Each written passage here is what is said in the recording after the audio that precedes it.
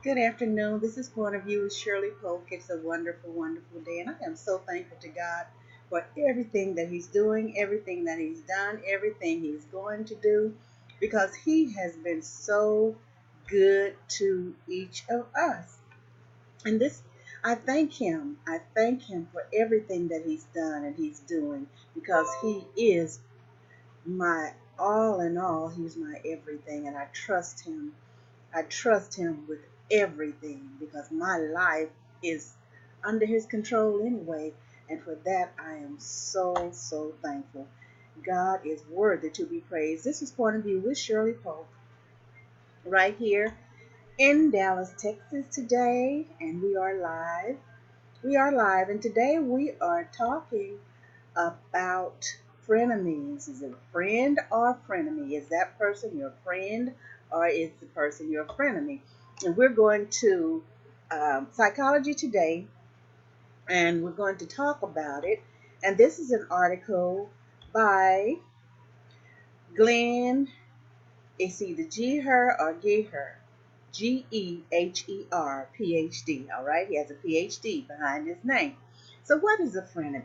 What is a frenemy? We hear that term. Sometimes people use it, and but do we really understand? Do we really understand what a frenemy is? And this is an evolutionary perspective on staying friends with those we can't stand. Oh my goodness. Do you have anybody in your life that you can't stand? Be honest with yourself, okay?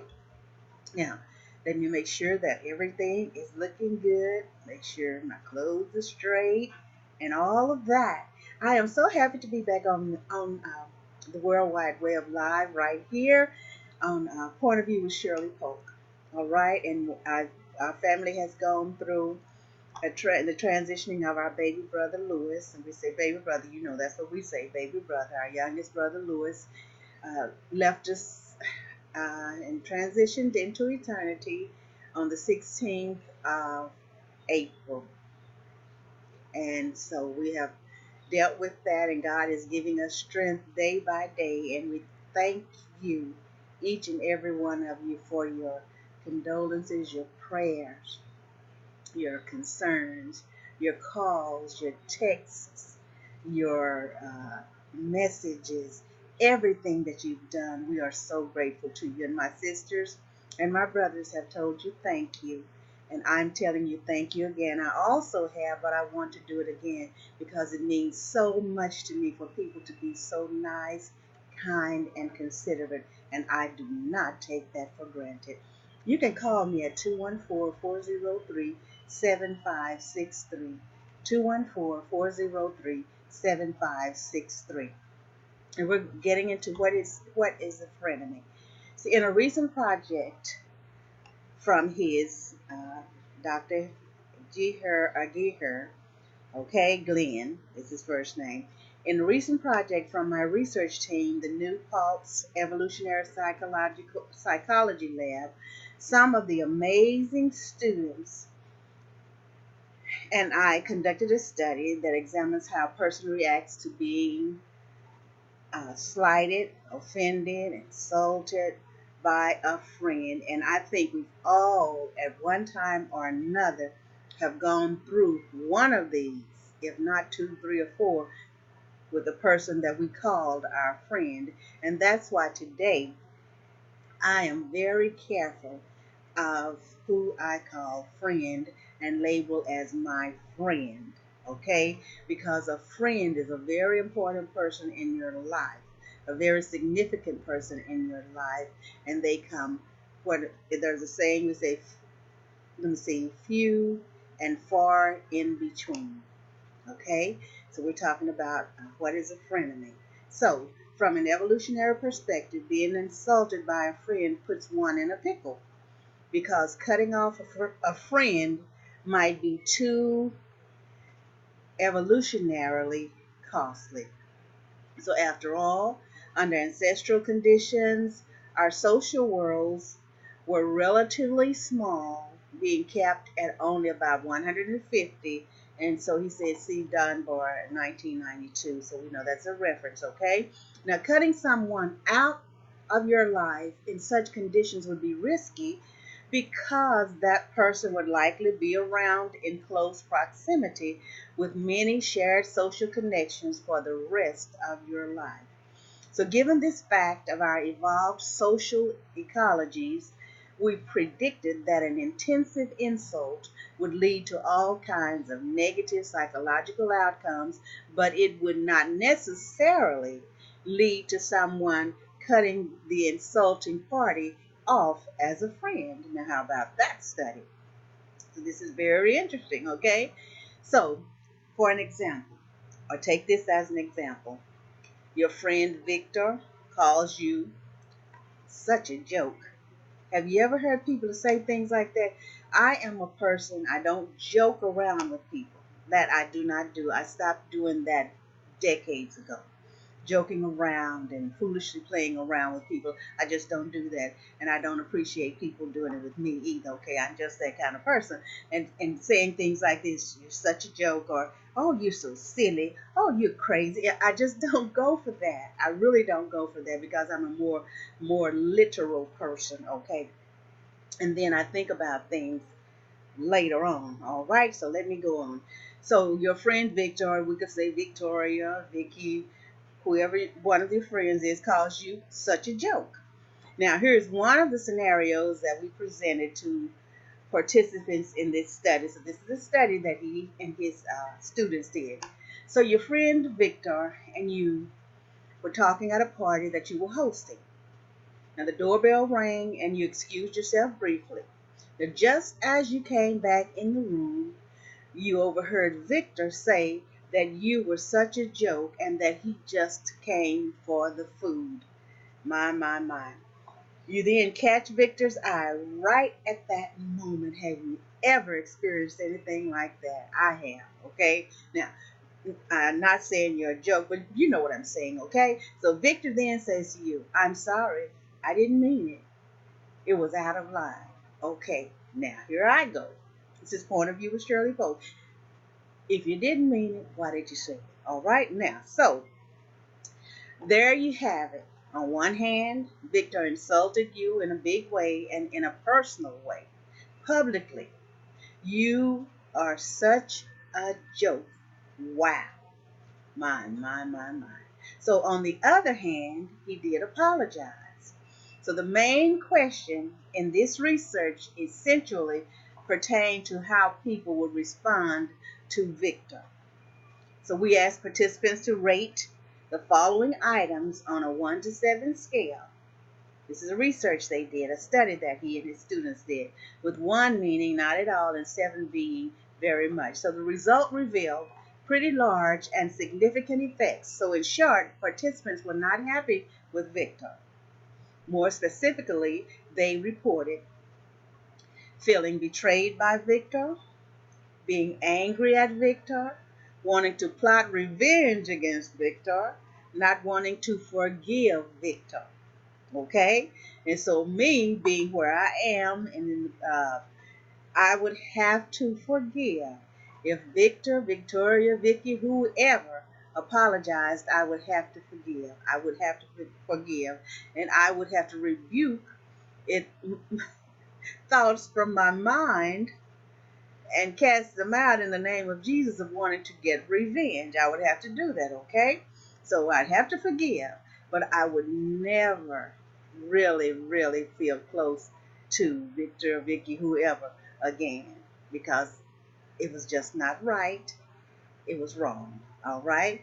All right. So, however, when it came to the item regarding whether participants would stay friends, with Victor, things were a bit different.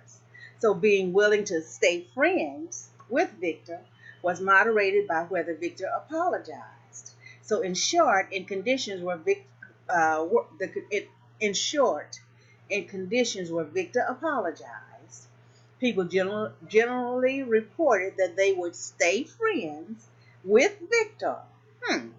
Even though they really seemed quite upset with him in terms of all these other dimensions. So they said they would still stay friends. And then I would be cordial. I would be cordial, but it would never be the same. All right? So an evolutionary psychological portrait of the concept of frenemy. We're talking about frenemy. Is a person a friend or is a person a frenemy?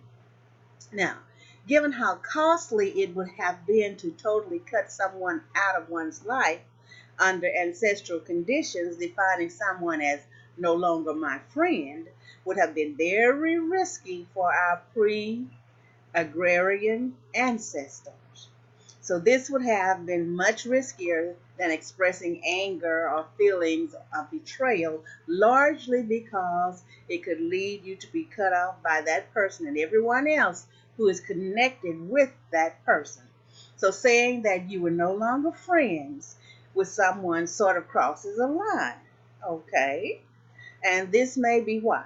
When the transgressors apologized, participants in our sample were still really mad at Victor, but they reported that they would still stay friends with Victor.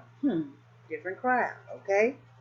So this got me to thinking, he says, so maybe that is what a frenemy is. Say, we can think of a frenemy as someone in your world who has insulted and betrayed you, someone whom you don't trust, someone who has engaged in actions that, one, made you angry, two, you did not feel that were forgivable, three, made you think about revenge, right? So, in spite of all this, when pressed, you're willing to go all out and say that this person is not a friend of yours. So this could be because this person is part of your broader social circle, and cutting this person out explicitly is as a friend could be too socially risky for you. Okie dokie. I'm going to go on and read this, but I'm thinking. So, begrudgingly, you go on record calling this person a friend. But of course, in your heart of hearts, you know full well that this person is much more frenemy than friend. I get it. I get it. I get it. And yes, I get it now. So I'll just keep that thought that I had in my mind because it came around to it, okay? The person, you keep them in your life. I understand that. But then you are very leery at many times about them and you're very careful. Okay, I understand. So the bottom line, we're talking about friend or frenemy. Under ancestral conditions, cutting someone fully out of one's life would have had very large and negative consequences, meaning back in the past, in the ancestral days when the crowds were smaller, okay? It would have had very large and negative consequences, largely because human group sizes were very small. So this may account for what happens when someone in our social world slights and or betrays us.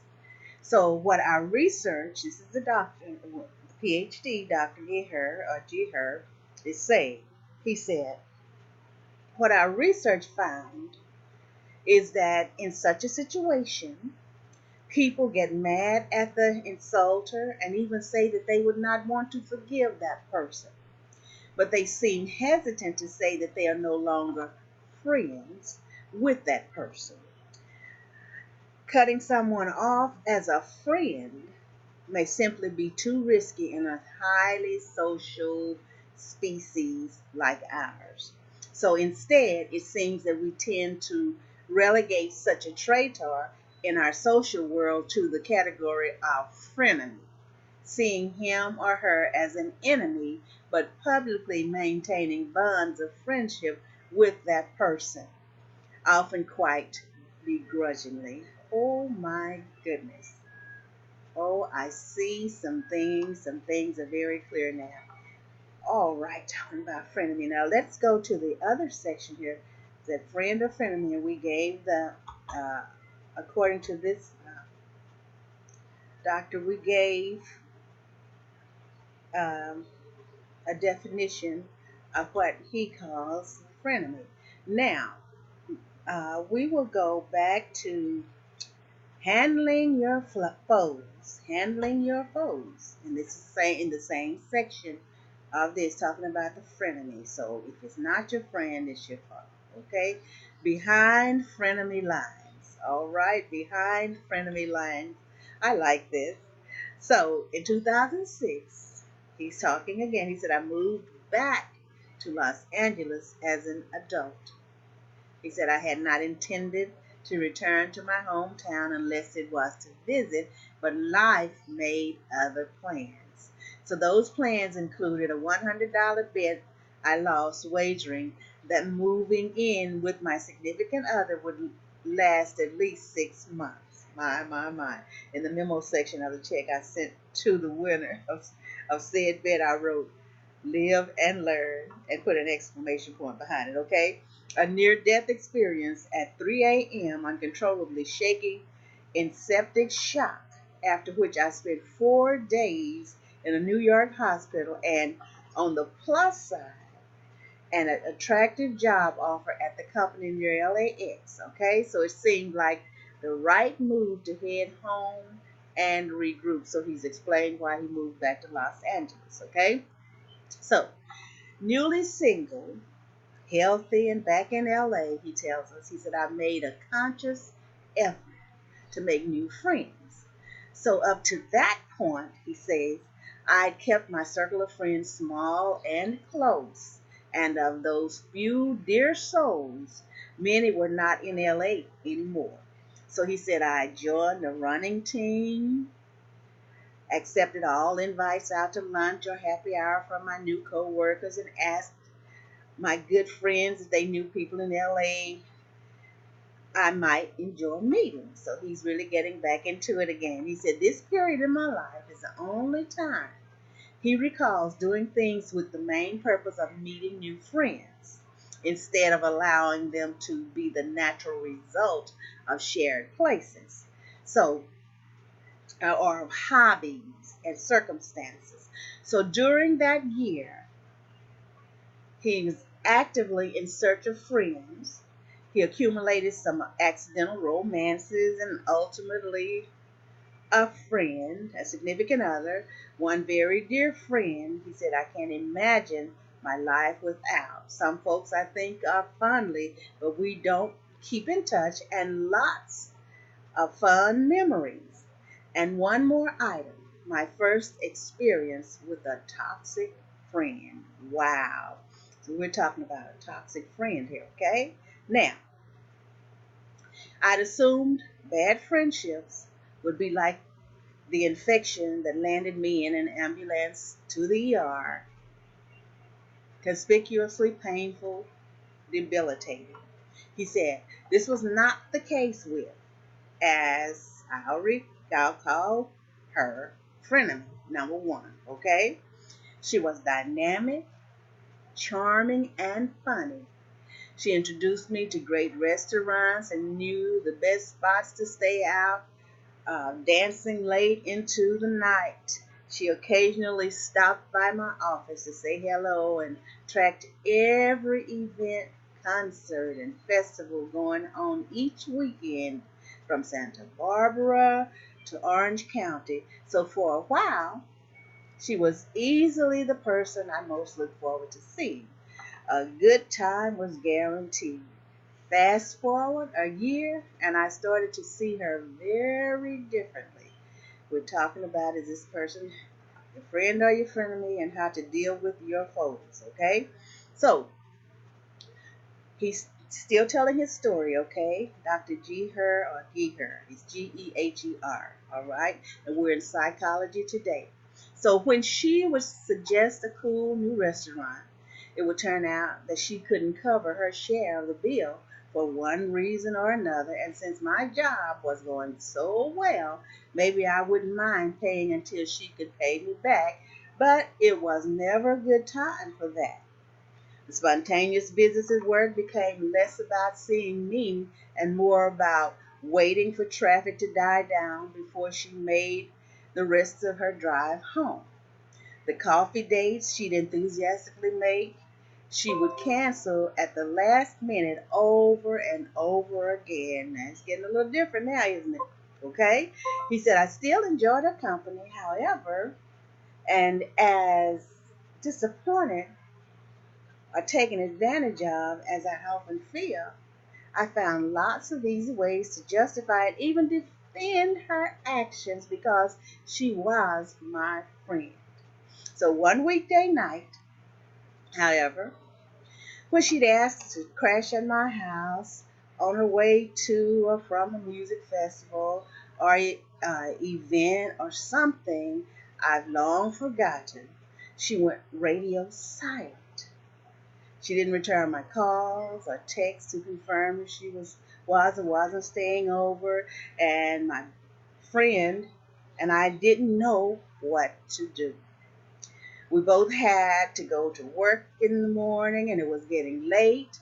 Worried and confused as I am, he tells us, he said, we left a note on the door about where to find our spare key and put extra blankets and pillows on the couch. So when I left for work at 6 a.m., tiptoeing across the living room, she was sprawled out and fast asleep. She never thanked me or apologized, choosing instead to launch into life's latest drama in her next communication.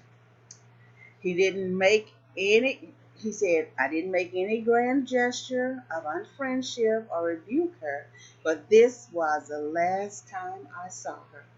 He said, we chatted occasionally, but my emotional bandwidth with her was all used up. Now, that's a good way to put it, emotional bandwidth. How about that? All right. So, in losing some respect for her as a friend, I had gained some clarity in my expectations and my boundaries for what friendship meant to me. So, let me be clear, he tells us. He said, I lost respect for her as my friend, not for her as a person. He said, I genuinely wish her the best now, wherever she is.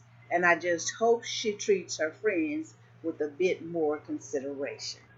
So, he says, frenemy number one allowed me to start the slow and winding process of demarcating the limits of acceptable behavior. He says, I'm fortunate to say the friends who have followed in her tracks have been relatively rare, but they've made very similar footprints.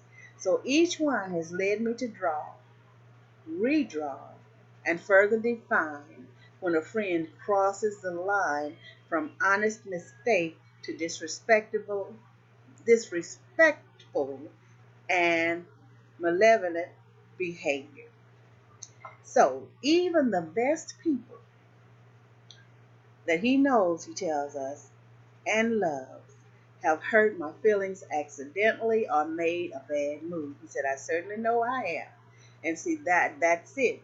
We all make mistakes. But if we keep repeating these things over again, they don't be mistakes. And those are habits, and those become our personality, or they probably already are the personality. So we have to really, really be careful. Really, really be careful. And I want to insert a scripture, do unto others as you would them do unto you. Okay? Now, we all slip up occasionally and make less than thoughtful decisions. But when a friend repeatedly, I repeat, repeatedly, okay, becomes like any of the profiles listed below, it's time for me, it's time for you to back away and reevaluate. Number one, the one-sided frenemy. This is great. This is great. We're talking about friend or frenemy, okay? Now we're talking about the one-sided frenemy. Now these are people to back away from, all right? This person only makes plans when it's convenient or selfishly beneficial. So a friend who needs help, a favor, or immediate attention and otherwise is unavailable or uninterested in my life mostly, or your life, most likely won't be there for you or me, the doctor said, when it counts.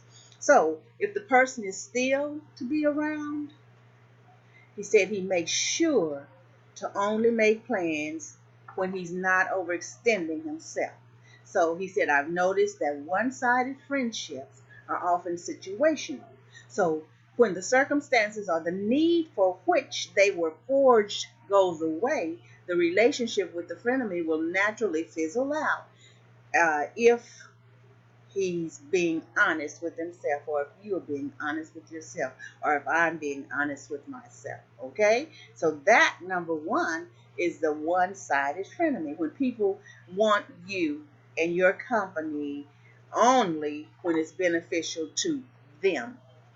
All right? Themselves. Okay? So two, the unfiltered frenemy. This person insults or embarrasses me. He's talking first person, either purposely or inadvertently. And we can take this for ourselves, okay? So if a friend insensitively discloses something you said, or he said, I said in confidence, or has a glass or two of wine and becomes caustic, spouting out cutting remarks in a large group, then my danger or your danger sensors sound the alarm. So if a friend makes a joke at my expense, he's saying, or at your expense, or behind your back or his back, there's a strong chance you're dealing with that kind of frenemy. Now, what kind is it? The unfiltered frenemy. All right, the unfiltered frenemy. So, ill-intentioned, desperate for approval or craving attention. That's what that kind of frenemy is, an unfiltered frenemy. So if this starts happening with a good friend, he said, I changed the nature of our friendship. The person, if the damage hasn't destroyed the friendship, completely gets one of two things. Either a very frank conversation with me, he's saying, about what happened, or an embargo on hearing about my personal life until I trust that the problem will not occur again. Then we go to the third, the over involved friendly. Now, this person is far too invested in your life in ways that you never wanted. And he said, in my life, in his life, all right? He said, or reaches out to his friends, all right? Family or significant other in an inappropriate way or without his permission. Now, this is the over involved frenemy. Now, have you had people in your life that have gone past you to your friends that they were not friends with before you introduced them to your friends? Has it ever happened to you, or your family go past you to your family? And that is one thing that I'm very, very serious about to my family. I believe that family should take care of family, okay? And my brothers and sisters, I feel like we should communicate with each other in whatever, if there's a crisis, and even in happy times and good times, if there's something that each of us needs to know, then we like to communicate personally with our brothers and sisters in our circle. And it gets me when somebody outside our circle who's not a brother or sister runs to tell them something that's going on in our family. That's a very, very special and private thing to me. If there's something going on, let us take care of each other and tell each other. And you take care of yours and you tell yours. And that's just the way I feel about it. Okay, let me go on. I'm getting a little hyper, okay? All right, because some things transpired here like lately, and I'm not happy with it. I'm just not happy with it. I like to take care of my own. Okay, I like to take, but have you noticed, and do you know there are people that just love to tell the news, and they just love to beat you telling the news. And okay, let me go on because I will get a little hyper on that. The over-involved frenemy, and that's the kind of person. Okay, there's nothing more unnerving than a friend who justifies surreptitious contact knowing that you would disapprove of it. Or he said that I would disapprove of it. Okay, he said, I'm not talking about throwing a surprise party here. He said, I'm talking about a friend reaching out to someone that he cares about in secret to find something out, prove a point, or chastise someone ostensibly, okay, on his behalf when he chose not to do so. So in this case, he said, I have directly confronted friends in situations where I thought the person would learn from it. So in other cases, I completely played dumb, choosing the satisfaction of stripping away the impact of their actions. And that happened to me one time. And I know that the person loves me as a friend.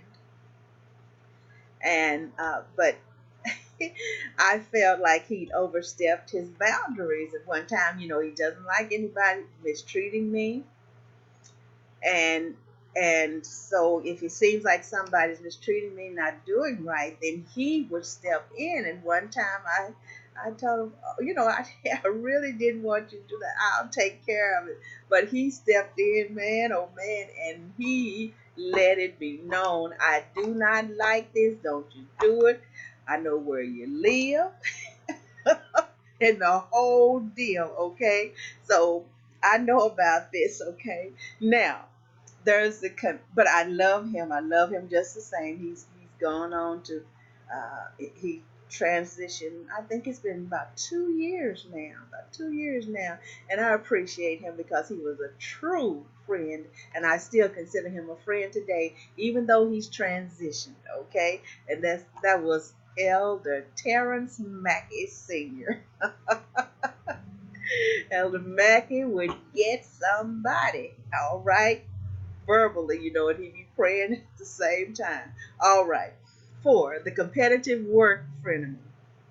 The person's backhanded compliments, humble brags, and passive aggressive affronts to my self worth or trademark moves.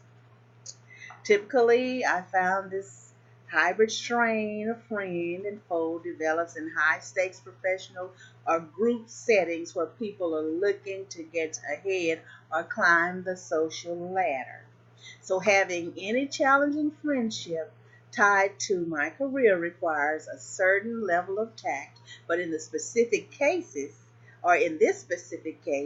the tactic that has served me best has been to quell the person with kind words and praise, to never take their remarks too seriously, and to save any written correspondence that showcase their worst offenses.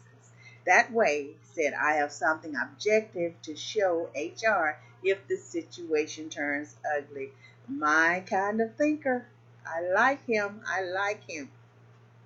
5, the wounded bird frenemy. We're talking about, is the person a friend or is the person a frenemy? Okay? So, and these are people to avoid. These are people that are not healthy for you, okay? So if crisis mode seems to be a person's only mode, the sentences constantly begin with, I don't know why all these things always happen to me, or I find myself coming to a person's rescue more than we share a meal, then I categorize that person as a wounded bird. Okay, this is what he's saying. Okay, so when someone, he said, I've befriended has problems, my tendency is to help out as much as I reasonably can. Are you listening to this? Okay, and take this personal, all right? So in this case, however, wounded bird frenemies don't want to get better. They just want more attention from others. So in these instances, he said, I've made rules about acceptable kinds of help. For example, he said, I can listen to their troubles or occasionally run an errand if they're stressed out, but I can't leave work abruptly or take calls at 4 in the morning to rush to their aid. Only my absolute best friends, and you know who you are, have that luxury. So this is, and he's going on a little further. He said, fortunately, the bad experiences that he's had with frenemies have provided some extremely good residual effects. He said they've made him best his he said they've made his best friends look even better, and they've taught him endless lessons about self-respect, self-care, and self-sufficiency, things that he certainly wished that he knew more about before he landed himself in the ER or made a stupid bet about his love life so many years ago. So in fact, he's saying one final lasting lesson from his bouts with unhealthy friendships can be summed up quite well by a line from the thank you note he received from the winner of the aforementioned bet, and that bet was that uh, uh, the relationship would last 6 months, or it wouldn't. And so, evidently, the one that said it wouldn't won. Okay, so I'm just explaining that briefly. So it said, many people are characters, but few people have character. Oh my goodness, how about that? So he said, my closest friends have qualities indicative of great character, integrity, compassion, loyalty, to name a few. He said, I learned from their examples. He said, I must admit, though, that he learned a great deal from his frenemies too.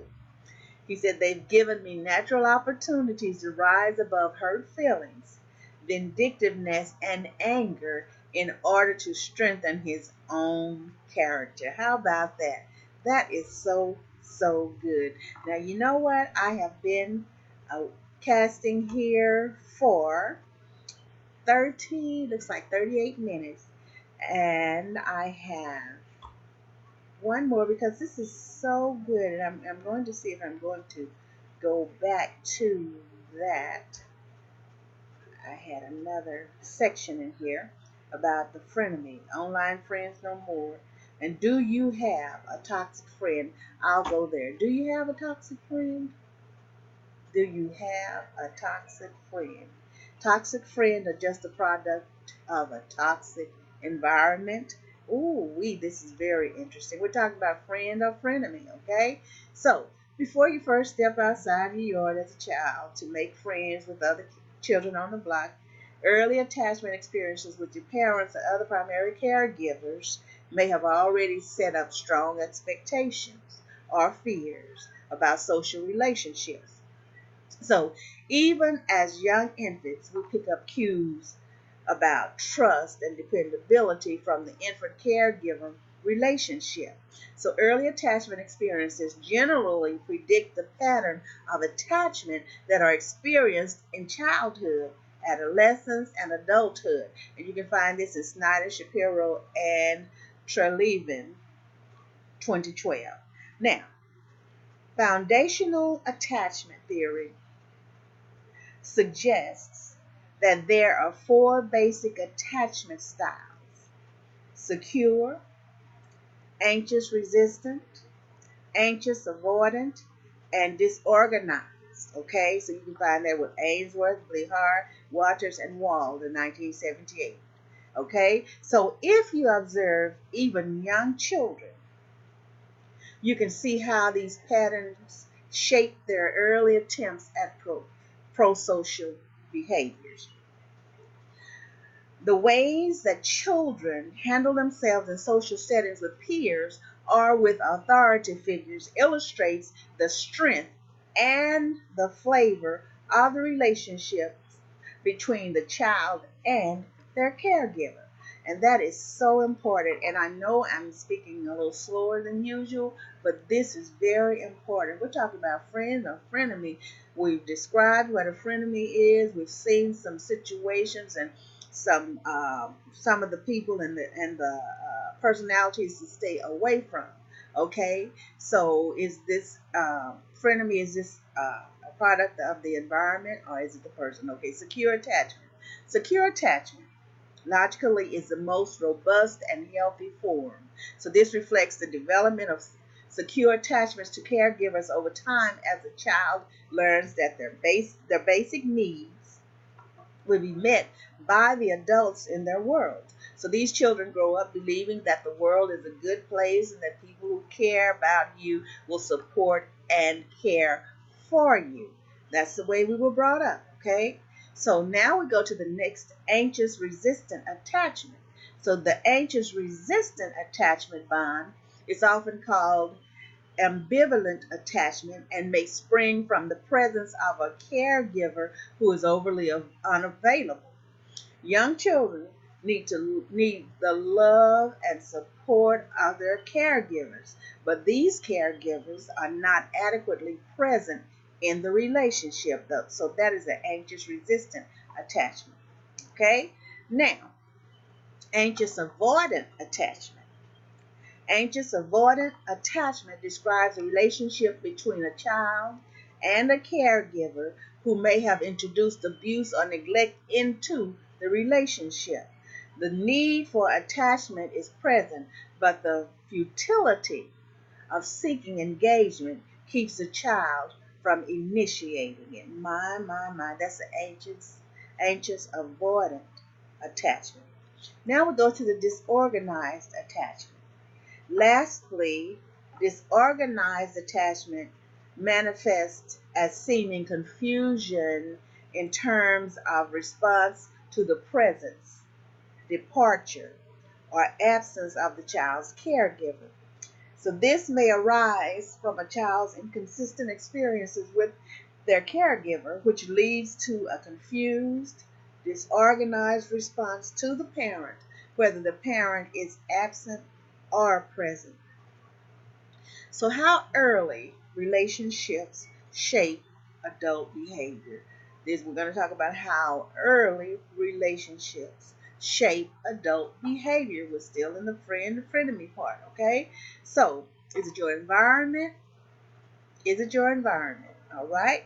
Now, in terms of friendship, if we extrapolate some of the early scenarios into adult to adult connections, you may recognize some of the qualities of those friends you might describe as toxic, as their behaviors may actually be self protective behaviors that were modeled in metaphorically poisonous early bonds. So, we're talking about toxic relationships. Is it the environment? Is it the person?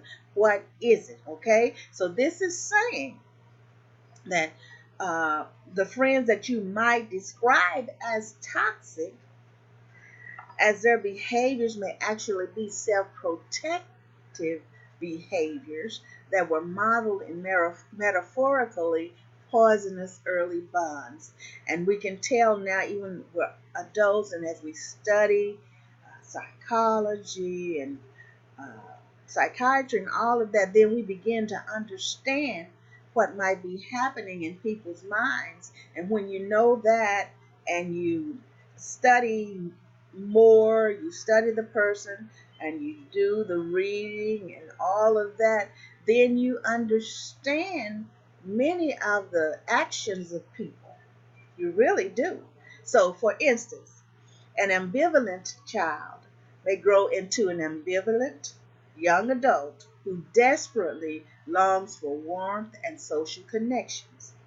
However, their failure to attract the positive and supportive presence of their primary caregiver in their early years may have left them unskilled in the mutual give and take necessary for friendships, and they may be willing to go out of their way to please a friend, err on the side of codependence, and can be almost overwhelming in their need for approval or desire enmeshment. Okay?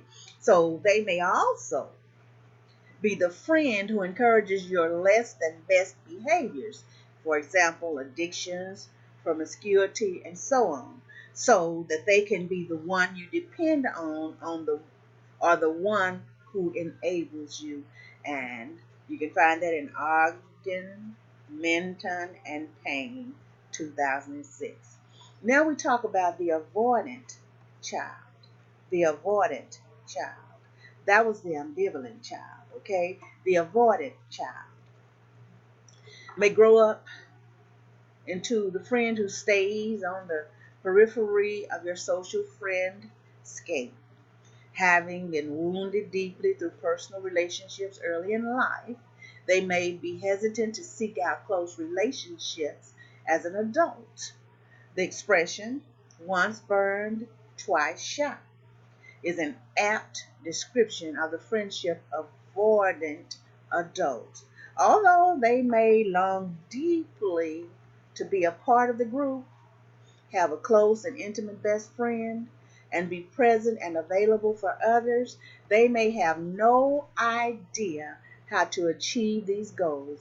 They can be that on and off again friend whose dependability and sense of empathy seem to be a bit spotty.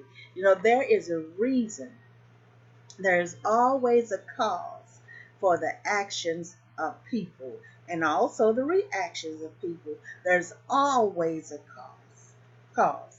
There's always a base. All right? There's always something that has prompted this behavior. And it could be years and years of building up. This is what this is talking about. Now, developing a disorganized attachment style in childhood can produce a friend who seems to be always on their guard, afraid to fully trust, and ready to spring into action or retreat if threatened. Now, it's been suggested that a person who internalizes this style of attachment may spend their energy creating chaos and dysfunction in their adult relationships, as this is what is most familiar to them. And you can find that in Siegel, D. and Solomon, 2003. Now, responding to toxic behaviors from non-toxic friends, okay? Responding to toxic behaviors from non-toxic friends. Now this, the potential for bringing toxicity into a current relationship may be predicted by someone's earliest experiences in one-on-one relationships. So here are some suggestions for responding to those friends who you'd prefer to keep around, but who may be sabotaging a relationship without even realizing it. My, this is really, really good. And I know it's running long, but I do our webcast. So we haven't made an hour yet, but we are almost on that hour, okay? So and I'm going to try to wrap this up, but I want to finish it. Ambivalent friends verbally affirm to your friend that you're there for them and that when a relationship is healthy and two-sided, behaviors such as clinging to you or trying to ingratiate themselves to you just aren't helpful or necessary. So remind them of the times you've been there for them and let them know that everyone needs some space if a relationship is going to thrive.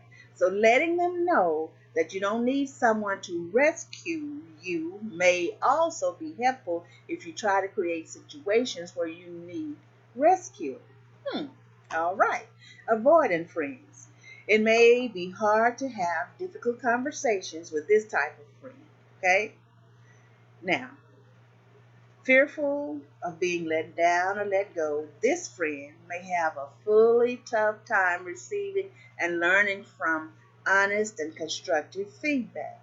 So, giving them positive feedback about what is right with the friendship first may make it easier to broach the subject of what is off in the friendship or the relationship. My goodness.